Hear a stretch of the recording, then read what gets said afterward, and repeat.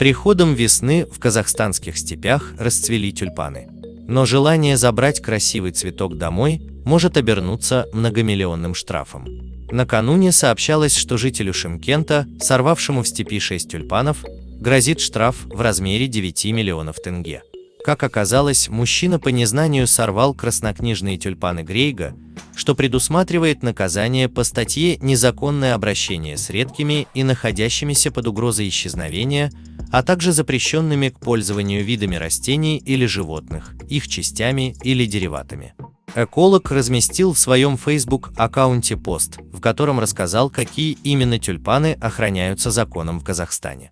В Казахстане 18 видов тюльпана занесены в Красную книгу. Они входят в перечень редких и находящихся под угрозой исчезновения видов растений. За нехорошее обращение с редкими видами растений предусмотрено уголовное наказание по статье 339 УК РК. За это могут наказать большими штрафами, либо могут привлечь к общественным работам, либо в общем очень суровые наказания, предупредил эколог.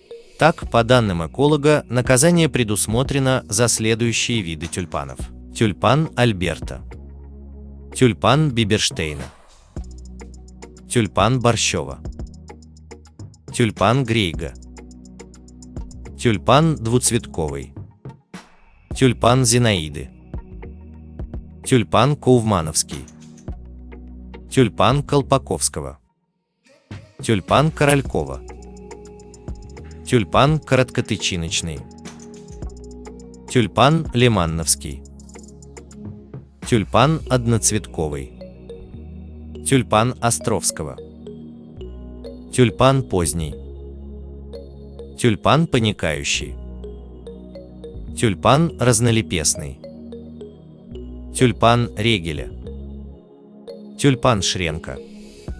Эколог объяснил, что дикие тюльпаны, в отличие от культурных видов, размножаются не луковицами, а семенами. Причем семена лежат в земле 4-7 лет, прежде чем образуют луковицу, из которой потом вырастет цветок. Цветок отцветает, а на его месте образуется коробочка с семенами.